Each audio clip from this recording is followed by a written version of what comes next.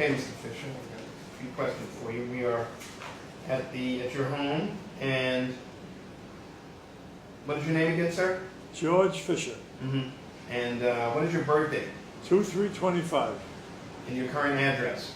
3456 South Ocean Boulevard, Palm Beach, Florida. Okay, and I know in the other room is your wife, and what is her name? Annette, Annette. Okay. And my name is Carlton Cartwright.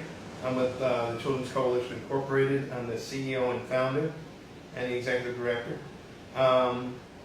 What war and what branch of service did you serve in? World War II, U.S. Army. What was your rank? Sergeant. Where did you serve, sir?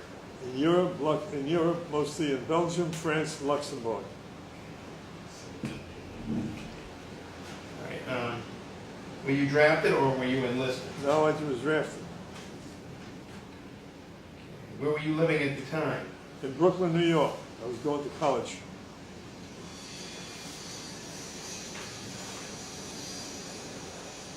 Okay. Did you have a choice of branch of service, or you just had to go into the Army? The branch of service was in infantry. Okay. Did you have a choice? Could you have gone into another Oh, branch? choice? No, I didn't have a You choice. didn't have a choice. Okay. All right. Do you recall your first days in the service? Vaguely, yeah. Can you tell us a little something about that? Well, after my physical examination, I was called up to service. Had to report to Camp Upton in Long Island. And I was there for 2 weeks. They took all my clothes off. They gave me Army uniform. And they assigned me to do basic training in a different place. And I was shipped out after 2 weeks from Long Island to a camp called Camp Grant in Illinois, about 90 miles out of Chicago. And I was there for 13 weeks. What did you do there? Well, I took basic training, medical corps basic training. They didn't give us any rifles or anything. They gave us bags to how to put sulfur on wounds and how to treat the wounded in the field. And that was my basic training.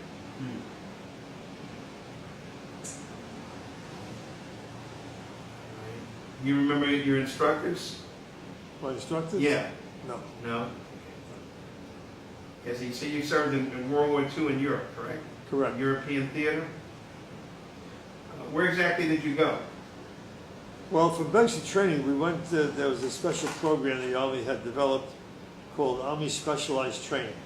If you passed the basic training and you took an aptitude test, an intelligence test, if you will, and got a high mark, they offered me a chance to go to school for 4 years, finish my college education, come out an officer and help rebuild Europe as an architect or engineer. And I accepted that. It was a mistake at the time. I didn't know it, but I accepted it because it was a good idea to go to college for 4 years and spend the war in the States. So I I accepted the offer, and they assigned me to a beautiful place called Providence College in Providence, Rhode Island. A lovely, lovely school run by Dominican fathers who were wonderful people. And it was a great program. We studied all day. We went to classes all day. We studied at night. We had food catered by Howard Johnson at the time. And we had weekend passes every week. It was a wonderful, wonderful program until it ended. And it ended in March of 1944 with the impending invasion of France on D-Day, on June the 6th. Knowing that the Army would need additional soldiers to supplement the casualties that they expected, they terminated the entire program around the country and took 100,000 soldiers around the country and put them in the infantry division. And from nowhere, I wound up in the infantry, not knowing I wanted to be there, but that's where I was. Okay. Can I close that door? Is that possible? Yeah, it was. The noise. Oh, yeah, sure, close it. I'll close it. So we were Providence College, and so I say, knowing they needed additional manpower for the invasion of France, and they terminated the program across the entire country, and we were terminated as well. And one night in the middle of March of 1944, this was, they woke us up at 2 o'clock in the morning. There were 300 of us there, and they said, pack your gear, we're leaving town. I said, I can't go, I've got a test tomorrow. They said, well, forget about your test, throw your books away, throw your pencils away where you're going, you won't need any of that.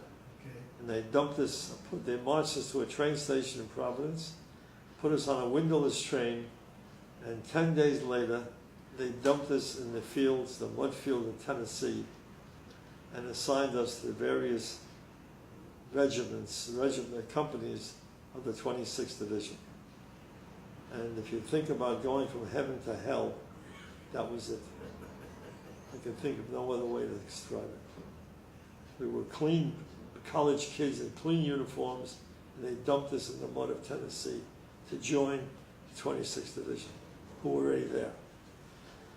Anyway, we stayed in maneuvers for a couple of weeks, and they finally put us back in barracks, and they transferred the entire division to Columbia, South Carolina, to a place called Fort Jackson, a very nice fort. And we stayed there for 3 months, and the invasion happened on June 6, 1944, and we landed in Omaha Beach 90 days after D-Day. Our division landed there, and you could see the beach was, you can imagine what happened on the beach. There were strewn vehicles all fired out, no bodies of course, but burned out vehicles. And you could see your big craters in the sand. You can just about imagine what happened down June 6th. On that day, we lost 6,000 of our guys, on that day alone. So it was something to see. In any event, after that, we went to a training area in France for about 3 weeks. And then, lo and behold, they put us in a truck, and they said we're going up to meet the enemy. And we didn't know what the hell they're talking about, because we don't want to meet the enemy. And they trucked us up to the front lines called the Moncourt Woods at that time, right in France. And it was at night. And all of a sudden we found bullets, tracer bullets, which light up the sky, firing all around us. That was our first indoctrination to actual combat.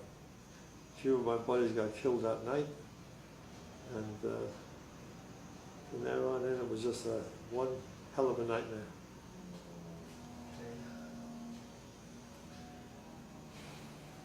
So your original job assignment was going to be in medical, but then it transferred over to infantry, right? Correct. Okay. Obviously, you saw combat, and you said the one time there was 6,000 casualties. I don't know how many battles you were in. Can you tell us about them? And Well, after we first got indoctrinated on the front lines, we then moved.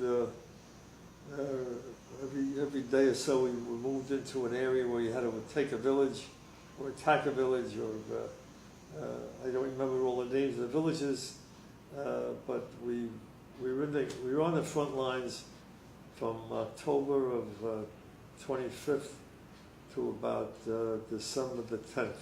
mm-hmm.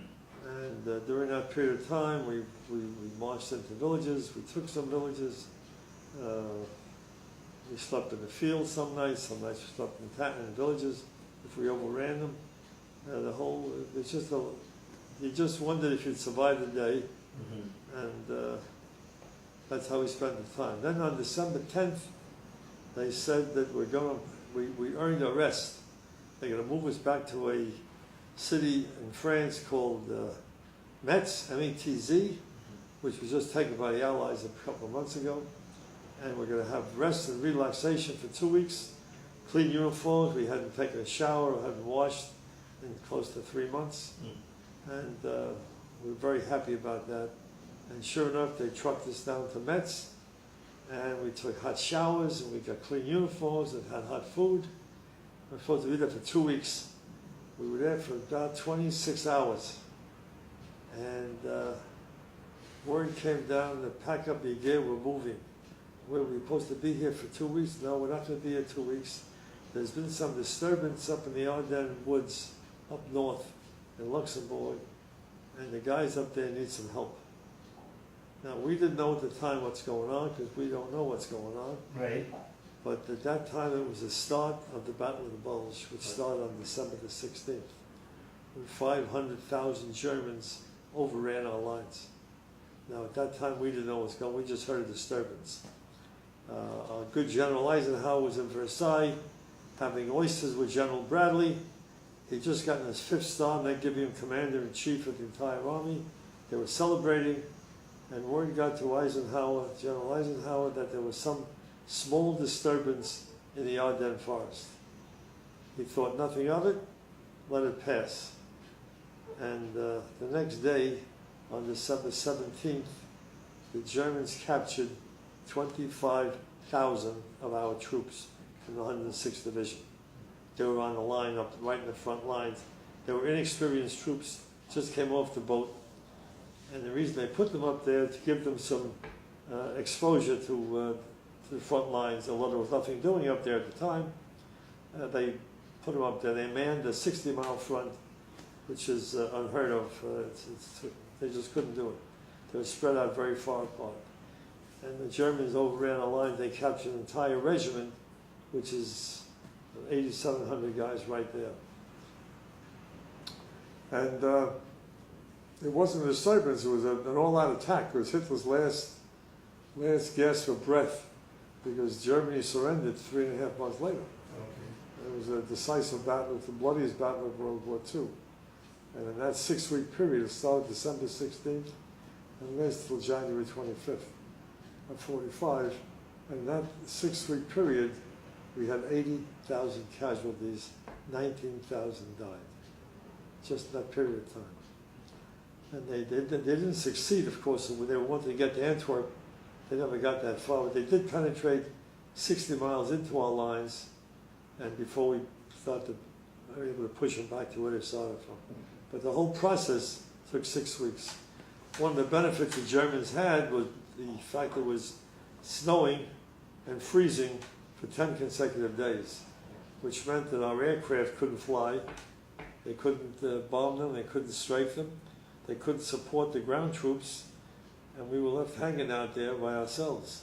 And finally, on December 25th the sun came out, our planes came out, dropped supplies to us, we needed supplies, and then we started to turn around the whole Bulge idea. But it was quite a battle, and thank God we pushed them back to where they started from. What else can I tell you? Well, there's more.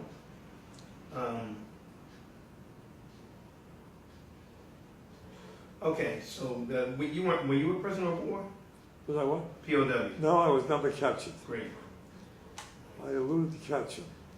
However, I was wounded on January 3rd of 1945 while we were attacking some village. I don't remember where. Mm-hmm. I think it was Wiltz, someplace around. What country were you in? Germany? Or? At that point, we were in Luxembourg. Okay. Luxembourg. Okay. And a piece of shrapnel went through my leg, and the war was over for me. Uh-huh. On January 3rd. They carried me out on a stretcher. I went back to a field hospital, made a couple of stops all the way back to the rear echelons, and I was laid up for about 9 months. And they finally discharged me in July of 45. Mm-hmm. I was able to walk again. It took 9 months to put me back together again. But the war was over for me. That was the important thing. I survived it. A lot of my guys didn't. But had I gotten better sooner, they would have sent me back. But unfortunately, it was a big wound in my leg. And I was lucky they didn't cut it off. It was fine. You were an officer? No, I was a sergeant. No. And the reason I was a sergeant, I was probably the last man standing in my group. We had a squad of 12 guys. 11 of them had gone. I was the last one left. So they made me a sergeant, like a battlefield stripe. Why did they call it the Battle of the Bulge? Well, I have a map. When I do this in schools, I have a map, and I show people why. The battle started on the front lines, and they penetrated our lines for a two-pronged approach and made a bulge in our line. That's what they called the Battle of the Bulge. Is that in Germany? That was in Luxembourg. Oh, okay. We hadn't been to Germany yet before we was trying to get there. But most people think the Battle of the Bulge is some kind of diet plan. They have no idea what it is. But in my lectures to schools, I have a map, and I'll give you a copy of it too if you want. That'll work, yes, sir. Yeah, and it shows exactly where they were, and how far they penetrated, and what they did.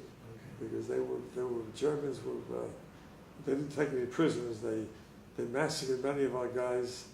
And there was a massacre called Malmedy. In the town of Malmedy, they captured 86 of our anti-aircraft soldiers, put them in the field, and killed them all. There were a few that managed to survive. That's how we know about it. But the Germans were ruthless, and we took no prisoners either. We took no prisoners. One of the aspects of the Bulge was the fact, since they captured a whole regiment of 8,700 people, 8,700 soldiers, they had our uniforms, they had our jeeps, they had our vehicles. They recruited about 300 German soldiers who spoke perfect English, and they gave them our uniforms. And they parachuted behind the lines to confuse us, change road signs, just generally disrupt our operation. And we got an inkling about that. It was very hard to distinguish a German soldier wearing an American uniform as not being American. But we learned tricks how to do that. We asked them, if we suspected somebody, we'd say, who was Babe Ruth and what team did he play for? And can you pronounce the word Mississippi? Because Germans can't pronounce Mississippi. It comes out shush, Mississippi. They can't pronounce two S's. So they can't pronounce Mississippi. And they say, can you mention the word thistle? They can't mention thistle. So that's how we found out they were not Americans. And we were able to take prisoner, kill them on the spot. Right. According to the Geneva Convention, if an enemy is wearing an American uniform, you're allowed to kill him. Okay. But that was part of the Battle of the Bulge. What else would you like to know? Oh, you can keep. You got more stuff anyway. Were you okay? Were you awarded any medals, and what did you get them for? Well, I got the combat infantry medal. Citations, whatever. I fought for being a combat infantry soldier. I got the Bronze Star. I did some foolish things like raiding a machine gun nest. Stupid things to do when you're 18, 19. And I got a Purple Heart, of course, for being wounded. And that's about all. Those three decorations, that's enough. Were you ever No, I just got the French Legion of Honor. Oh, yeah. congratulations. France is awarding that now to those who fought in France. They're recognizing the fact what we contributed to their freedom, and they're giving out medal of Chevalier, they call it, of France. Very nice, beautiful medal.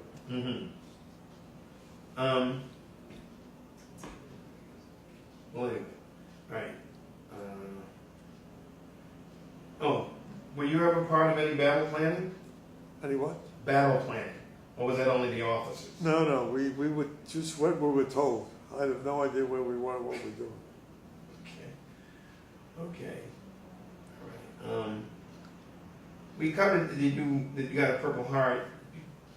Tell me fully how, why. Well, it was from the wound I got from when we were attacking a village, and I got a piece of shrapnel in my leg. It happened like 7 o'clock in the morning. What, a bomb? Was it a bomb or hand grenade? Shrapnel from what? You know what it was from? A piece of artillery, German artillery. Okay. They were shelling us. Artillery was landing all around us. We hit the ground. I was laying on my belly, so I went through the back of my leg. I didn't know it was coming. You never know when shrapnel's coming. Right. But it was very cold. There was a snowy day, and you couldn't dig a foxhole because the ground was so frozen. So we were laying on our bellies when the artillery started, rather than getting into a foxhole, if there was one. But there wasn't one around, of course. I was just laying on my belly when it happened. That's when I got the shrapnel hit me. Had I been underground, it would never have hit me.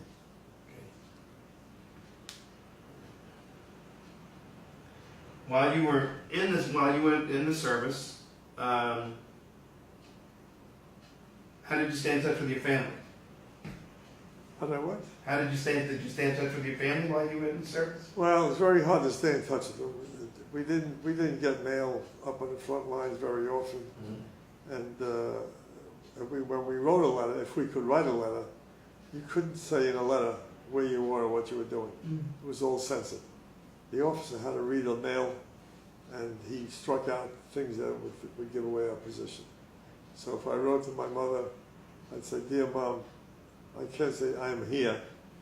I'm in," and then it'd be a blank space in the envelope. She wouldn't know where I was.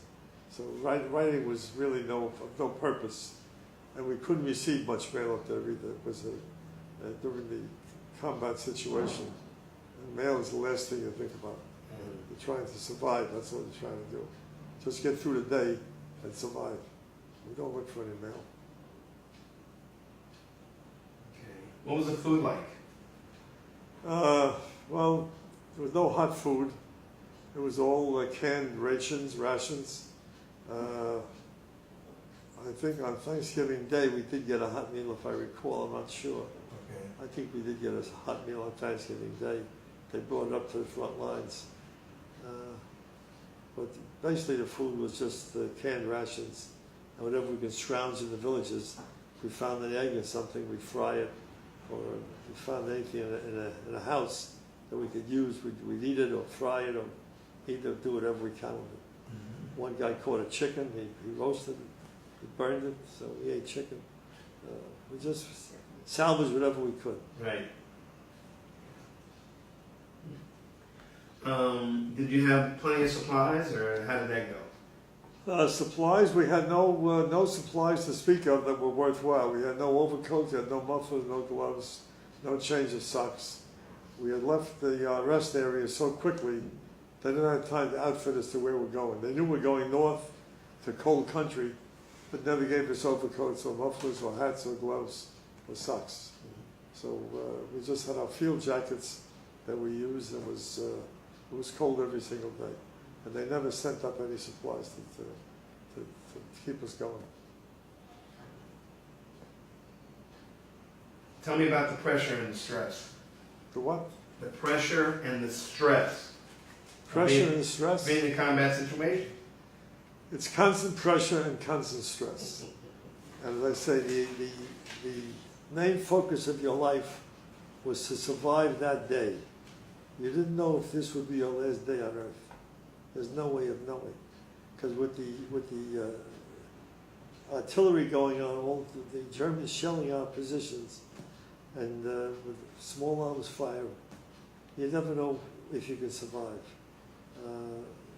The stress is unbelievable, and these guys coming home from Afghanistan, I can feel for what they're going through, because they're first starting to recognize this stress syndrome that most people are coming back with. It's just terrible.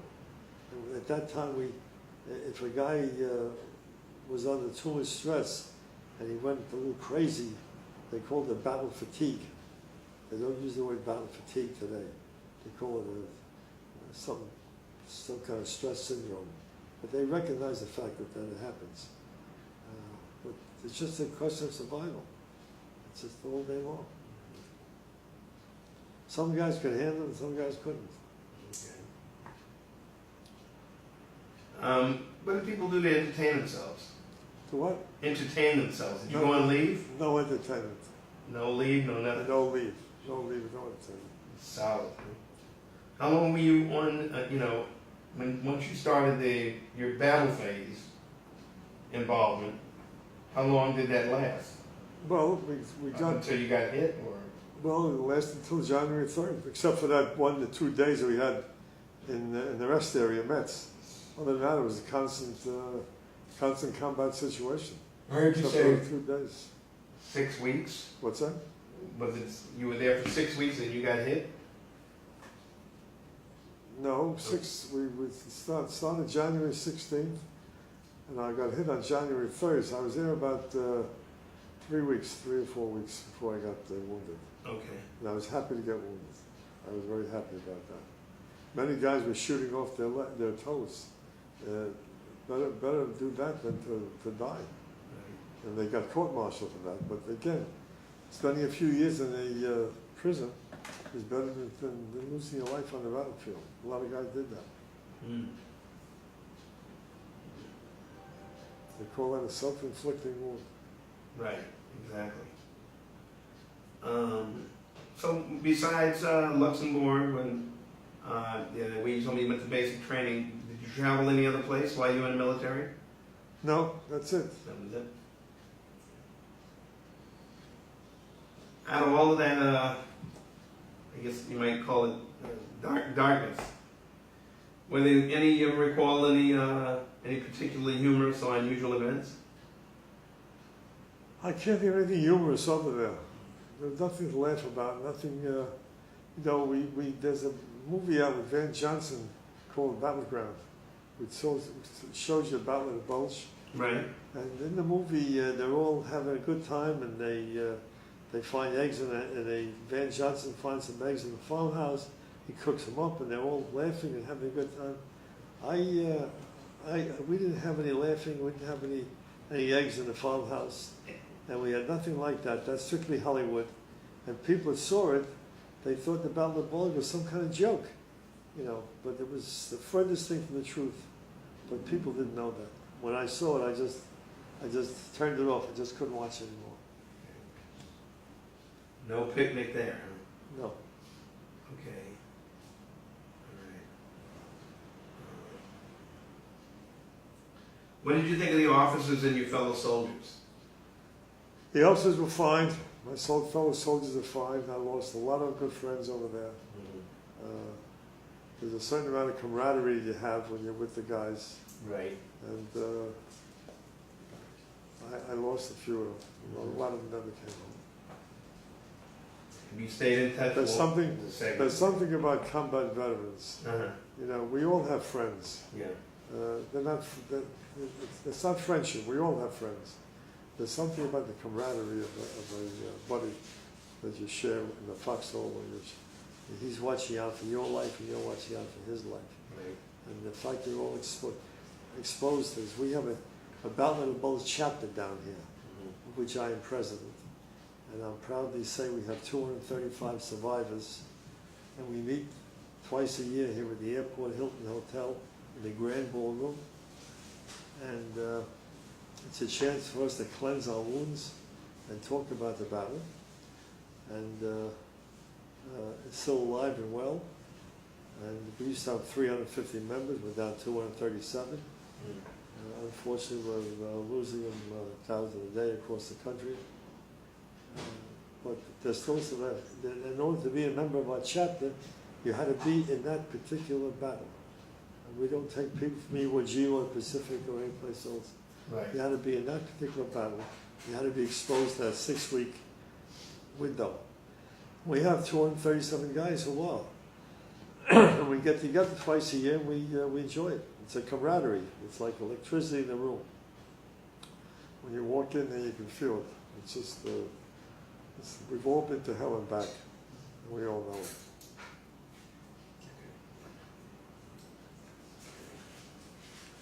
Okay, well, at any rate, moving right along, you recall the day that your service ended? Were you in the hospital or what?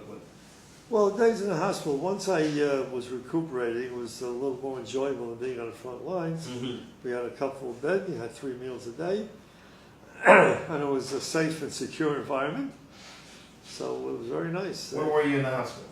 I was in a hospital in France and England, Oh. and I spent most of the time in England, in Oxford, England to be exact, Uh-huh. and recuperating. And that part of my life was fine. Once I got over the surgery and was able to get therapy and walk a little bit, that part of life was all right. Right. So, what were the circumstances for your separation The separation? from the military? Well, after I was, doctors cleared me as being fully recovered. Mm-hmm. The war was over in Germany at that time. It was over in May. I was discharged in July. I wasn't fit to go to the Pacific, so they discharged me, and they gave me my honorable discharge and sent me on my way. It was an experience of my life I'll never forget. 2 years to be exact. So you went home. I went home. Did you use your GI Bill? What's that? Have you used your GI Bill for school, or? Oh yeah, I used my GI Bill. I went back to college, and I get this disability compensation now. So I keep my legs sometimes in the cold weather. I get terrible pains. Right. So I'm getting a disability for that. And I went back to my life. I finished, graduated college, married my wife, had a family, and got back to work. Nobody spoke about the war after the war. Everybody forgot about it. We didn't want to talk about it. But after about 15 to 20 years, we're now starting to go back to it and talk about it, and get together again. Okay. So tell me about some of your close friends, and you continue in relationship. Well, you just told me, I guess. Well, you call close friends. You show up twice a year. We still have close friends from the Army. Mm-hmm. 1 or 2 of them have passed on already. We're still in touch with the widows if they're not here, if the widows are here. But we still have some friends that going back to Providence College in 1943. We're still in touch with them. They're still alive. Okay. And it's a very enjoyable time we get together. But little by little, we're all going quickly. We're all getting older. In order to be in a battle of the bulge, you have to now be at least 86. Because you had to be 18 or 19 at the time. Right. And we're going to be celebrating pretty soon our 47th anniversary of the battle. So 47, 18, you're 50, 85, 86. That's the youngest of our group. A lot of guys in our group are 88, 89, and 90. Some are over 90. But you had to be that age in order to be in a mountain bulge. But we're still friendly a lot. We made a lot of friends down here with our chapter. We're very friendly with some of the guys with their wives. And it's a camaraderie. It's a group. In fact, this Friday, we're having a Veterans Day parade in Clematis Street. Right. And we'll be there with our group, with our convertible. And a lot of us will be marching, some of us will be riding. But the guys, we all participate. Let the people know there's a Battle of the Bulge chapter down here. Okay. So what was your career after the war, after the military? I was in the real estate business in New York, and I was in real estate for 35 years. And then I retired and I came down here. Simple as that. Nothing really to talk about. So a couple more questions. Did your military experience influence your thinking about war or about the military in general? Absolutely. Absolutely. I wrote a letter to the editor just last week about I was delighted to hear that our president is withdrawing the troops from Iraq. However, what about Afghanistan? Right. Afghanistan, in my opinion, is a war we cannot win because, number one, our enemies don't wear uniforms. We don't know who they are. And number two, during World War II, if we captured Berlin, we knew the war was over. What do we have to capture in Afghanistan to claim victory? There's no one thing that you have to capture to say, okay, we win. It's an ongoing situation, and the terrorists are hiding in Pakistan. Afghanistan has no oil, has no weapons of mass destruction, and there's no reason for us to be there anymore. I say bring our troops home from Afghanistan as soon as possible.